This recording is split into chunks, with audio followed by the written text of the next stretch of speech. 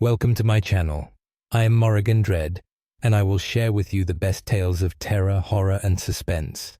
Get ready, because not everything is as it seems. Dr. Evelyn Carter sat in her car, staring up at the looming structure of West Hill Psychiatric Hospital. The rain drummed lightly on the windshield, distorting the shape of the towering Victorian building. The hospital had been renovated over the years, but its history still clung to it like a shadow. She took a deep breath, grabbed her bag, and stepped out into the cold air. Her first day at West Hill was supposed to be like any other. New patients, new cases, but the file she received upon arrival told a different story. Patient: Anna Clark. Age unknown. History: inconsistent diagnosis. Severe dissociative psychosis. Notes: the patient insists that she is already dead. Evelyn frowned. Dissociative identity disorders were not unusual, but this file was strange. No family history, no admission date, just scattered notes about hallucinations and an unnerving sense of certainty in her delusion. Nurse Holloway, head of the psychiatric ward, guided her through the hospital's sterile white hallways. The smell of disinfectant was overpowering, but underneath it lingered something else. Something old, like damp paper and dust left to settle for decades. "You said she believes she's dead?" Evelyn asked. Holloway hesitated. "She's polite, quiet even, but there's something about her." The nurse lowered her voice. "She knows things she shouldn't." Evelyn kept her expression neutral as they entered a small interview room. The walls were bare, the overhead light harsh. Anna was already sitting at the table, her back perfectly straight, her hands folded neatly in her lap. The first thing Evelyn noticed was her unnaturally pale skin, almost grey in the artificial light. Her long black hair framed sharp, delicate features, but her eyes were the most unsettling, deep, dark, and unblinking, studying Evelyn with unsettling patience. "You finally came," Anna said softly. Evelyn pulled out her notepad and took the seat across from her. "Anna, do you know why you're here?" Anna tilted her head slightly, as if amused by the question. "Because I'm dead." Evelyn met her gaze unshaken. "What makes you believe that?" Anna smiled faintly, her lips cracked and dry. "Can't you smell it?" she murmured. "The smoke." A chill ran down Evelyn's spine. She was about to respond when Anna slid something across the table. A small leather-bound notebook, its edges worn with age. "You won't believe me," Anna said, her voice eerily calm. "But it's all in here." Evelyn hesitated before picking up the diary. The yellowed pages felt rough under her fingertips, and the handwriting inside was old-fashioned, slanted. On the cover, a simple title, "The Fire of 1979. Evelyn turned the first few pages carefully. The paper was rough and brittle, aged by time. The slanted handwriting filled the lines in meticulous detail. November 10th, 1979. The fire started in the East Wing. First, a strange smell. Then the smoke creeping under the doors. The patients were locked in. They screamed. They pounded on the walls. But no one came to open the doors. She paused, glancing at Anna. "Where did you get this?" Anna's dark eyes remained steady. "I wrote it," she said simply. Evelyn's grip on the diary tightened. But this was over 40 years ago. Anna's lips curled into the faintest smile. She didn't need to say anything else. Back in her office, Evelyn tucked the diary into a drawer and exhaled slowly. Dissociative delusions. It was the only logical explanation. A patient convinced she was a ghost, recounting a tragedy she must have heard somewhere before. And yet, she pulled up the hospital archives on her computer. searching for any information about a fire in 1979. Nothing. No official reports, no records of casualties, not even a mention of it in the hospital's history. Strange. She shut down the screen and rubbed her temples. It's late. You need sleep. As she left the building, the hospital lights flickered overhead. She glanced back at the darkened windows of the East Wing, and for a split second, she had the uneasy feeling that someone was watching her. That night, Evelyn's apartment felt different. Too still, too quiet. She poured herself a glass of wine, sat on the couch, and flipped through the diary again. The words felt heavier now, pressing against her. November 11th, 1979. The heat was unbearable. Smoke filled our lungs. People banged on the doors, clawing at them, suffocating. I saw Dr. Carter running down the hallway, but she never came back.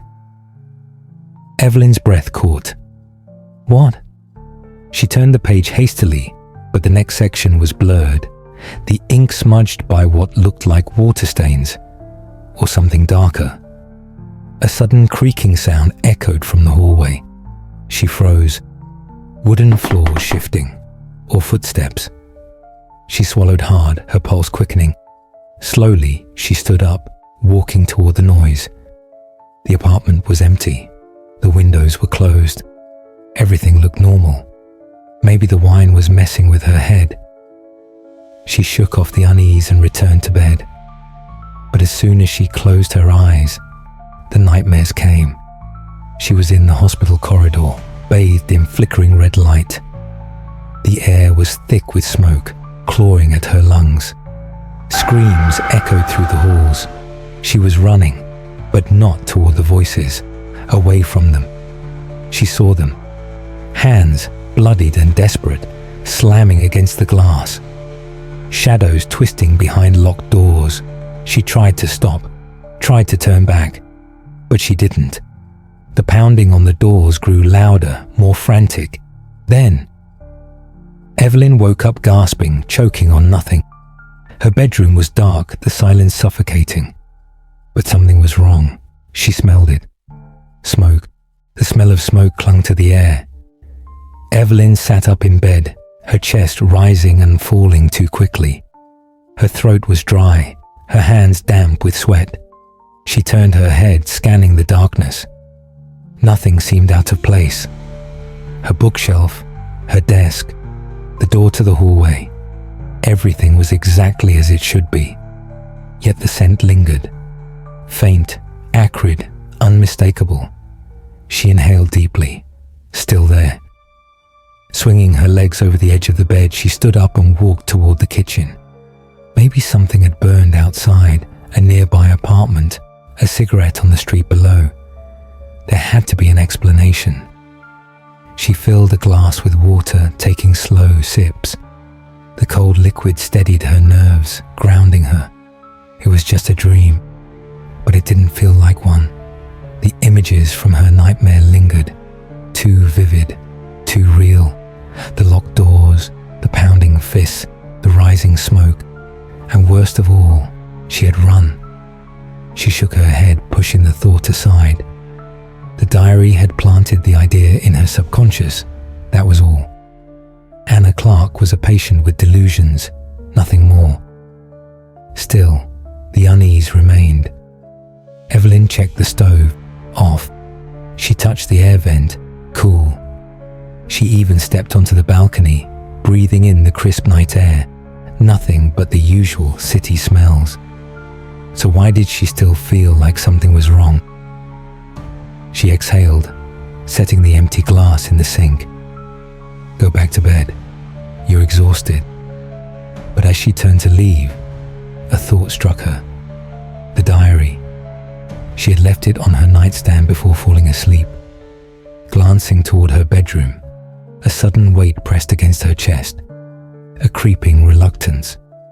Ignoring the sensation, she stepped forward. The moment she crossed the threshold into her room, the lamp flickered. Just a faulty bulb, she told herself. but her heartbeat quickened. She reached for the diary, but her fingers hesitated over the cover. I saw Dr. Carter running down the hallway, but she never came back. She swallowed hard.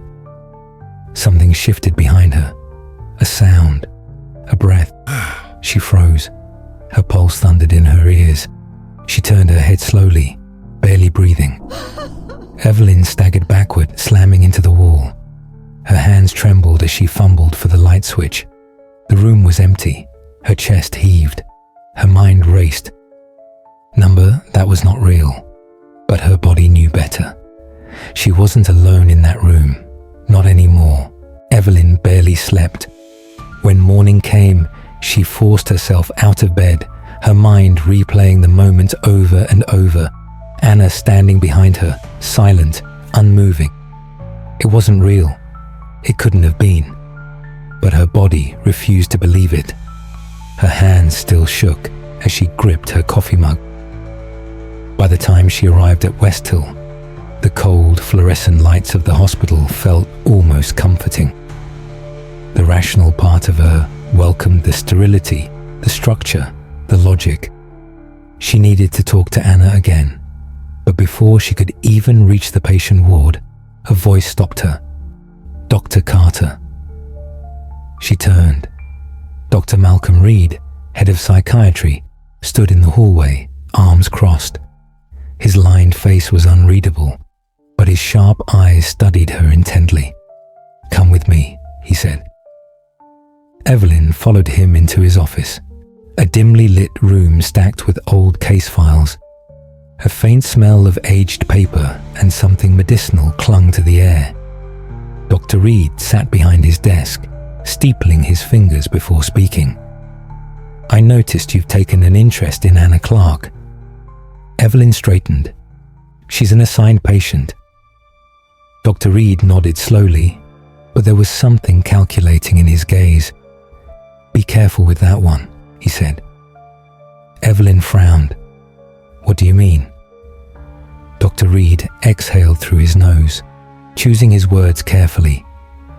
"There are stories about patients like Anna, cases that don't fit into the usual categories, things that don't make it into the records."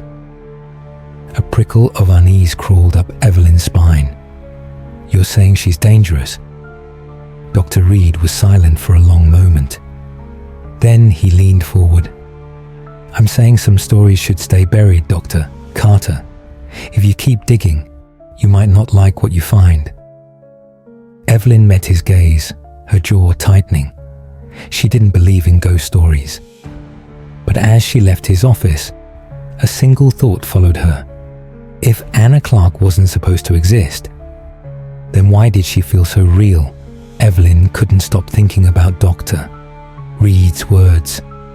Some stories should stay buried. That was not how a psychiatrist should talk about a patient. And yet, as she walked down the long corridor toward Anna's room, a creeping unease settled deep in her chest. The hospital felt colder today. The walls, usually an impersonal shade of white, seemed more sterile, more hollow. When she reached Anna's door, she hesitated. Taking a slow breath, she stepped inside. Anna was already sitting in her chair, waiting. "You look tired, Doctor," she said softly. Evelyn ignored the comment, taking the seat across from her. "Anna," she said carefully, "how do you know about the fire?" Anna blinked, her dark eyes unreadable. "You should ask yourself the same thing." Evelyn tensed. "What does that mean?" Anna only smiled. "You've seen it, haven't you? In your dreams." A chill ran through Evelyn's veins. She hadn't told anyone about the nightmares. Anna leaned forward slightly. "It's not just a dream, it's a memory." Evelyn stood abruptly. "That's enough for today." Anna didn't protest. She simply watched as Evelyn turned on her heel and left the room, her gaze following her all the way out. That evening, Evelyn sat in her apartment, staring at the closed drawer where she had locked away the diary.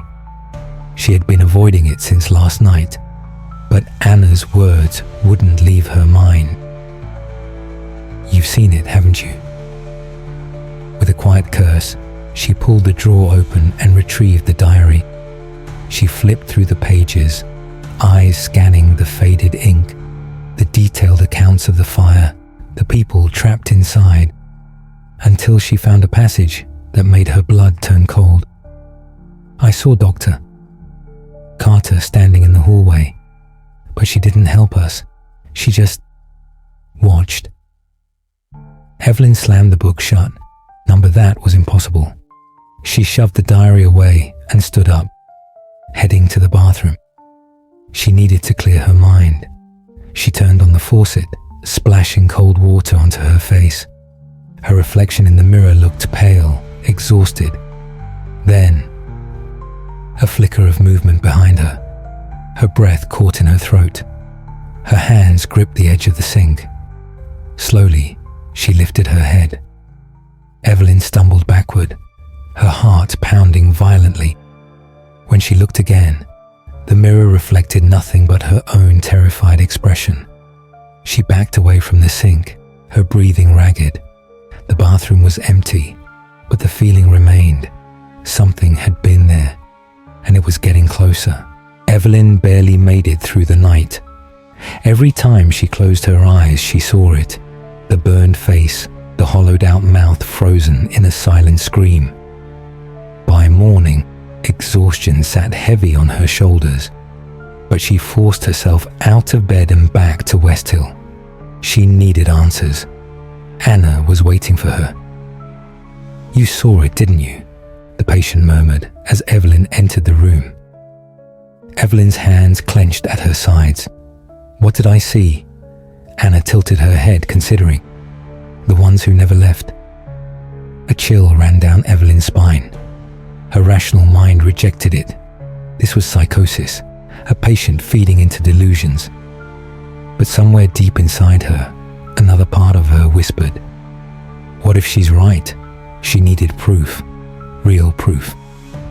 That evening, she returned to the hospital's archives. If there was no official record of the fire, then there had to be something.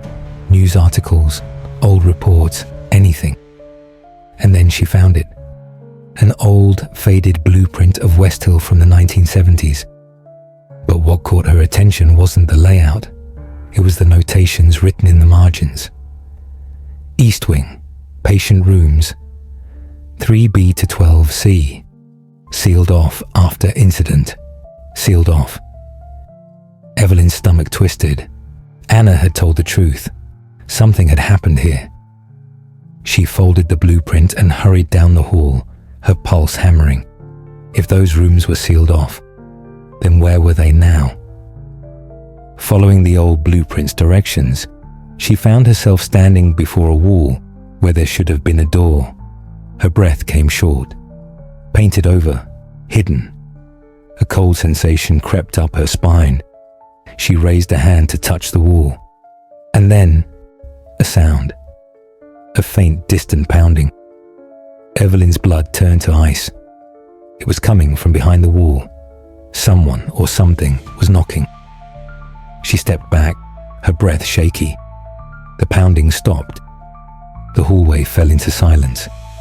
But Evelyn knew, with every fiber of her being, she wasn't alone. Evelyn stood frozen, staring at the sealed wall. The pounding had stopped, but its echo lingered in her bones. Behind this wall, behind whatever had been hidden for decades, something was waiting. Her hands trembled as she traced the faded outline of where a door once stood. Had patients really been trapped here, left to die? I saw Dr. Carter standing in the hallway, but she didn't help us. She just watched. The words from the diary cut through her mind like a blade. Number that was impossible. She turned away sharply, forcing herself to move, to breathe. She needed more information, something concrete, something to tell her that this was just a mistake, a hallucination. She headed to the records room, digging through the oldest files she could find. At first, nothing. More missing reports, more gaps in history. And then, a single brittle file. She opened it, eyes scanning the faded ink. November 13th, 1979. Fire broke out in the East Wing. 12 patients presumed dead. Wing permanently closed. No surviving staff members from that night. The air seemed to vanish from the room. No surviving staff members. Then why was her name written there? Her breath caught in her throat. Her name. Dr. Evelyn Carter, head psychiatrist of West Hill Asylum. Evelyn staggered backward, her pulse hammering in her ears. Number. Her mind raced. This was a mistake. Some kind of clerical error. She was not here in 1979. She wasn't even born then. But as she looked at the file again, her vision blurred. Her head ached. And then the room shifted. The walls darkened, peeling into charred blackness. The overhead lights flickered, replaced by a red, pulsing glow. The records desk was gone. In its place, a burning hallway. Smoke filled the air, thick and suffocating. Evelyn gasped, stumbling forward. The heat pressed against her skin, fire licking the walls. She turned and saw them. Figures pounding on doors, their faces twisted in agony, eyes filled with betrayal. "You locked us in." The words slithered through the smoke, a chorus of whispers that grew louder, angrier. She tried to move, tried to speak, but she couldn't, because she remembered now. She had been there, and she had left them to burn. The last thing she saw before the world snapped back to reality was Anna, standing in the flames, smiling. Evelyn stumbled backward, gasping as the vision shattered. She was back in the records room. The fire was gone. The walls were normal again, but the weight of the truth remained. She had been there. She had locked the doors, and now they were coming for her. A sudden clang echoed through the hospital, sharp and metallic. The lights flickered violently. Then the pounding returned. Not from behind the wall this time, from everywhere. The hallway outside the records room reverberated with heavy, rhythmic blows, like fists slamming against locked doors. Evelyn's breath came in sharp gasps. She had to move. She bolted into the hallway, only to freeze in horror. The doors lining the corridor were shaking, rattling on their hinges. Some things were trying to get out. She turned and ran. The pounding followed her, growing louder, faster, more desperate. The hospital was changing around her. The fluorescent lights flickered red, turning the hallways into a labyrinth of shifting shadows. The air grew thick with the stench of burned flesh. She turned a corner and skidded to a stop. A door at the end of the hall was open. A single dark figure stood inside waiting. Anna, smiling. "You can't run from this, doctor," she whispered. Evelyn's pulse hammered in her skull. She backed away, but the hallway behind her wasn't empty anymore. Evelyn screamed and ran. Her breath burned in her chest, the walls around her warping and twisting. She wasn't in West Hill Psychiatric Hospital anymore. She was back in the fire. And this time, she wouldn't escape. Evelyn ran blindly, the hallways collapsing into fire and smoke around her. The screams of the dead echoed in her ears, their voices clawing at her mind. "You locked us in." She stumbled, her lungs burning, her vision swimming in the suffocating heat. Number. This wasn't real. It couldn't be real. She slammed into a door at the end of the corridor, gripping the handle with slick, trembling fingers. Locked. Behind her, the burned figures were closing in, and at the center of them, watching her with calm amusement, stood Anna. "You remember now," Anna murmured, stepping forward. Evelyn shook her head violently. I couldn't have." Anna's smile widened. But you did. A wave of memories crashed over Evelyn. Memories she had buried, twisted, rewritten.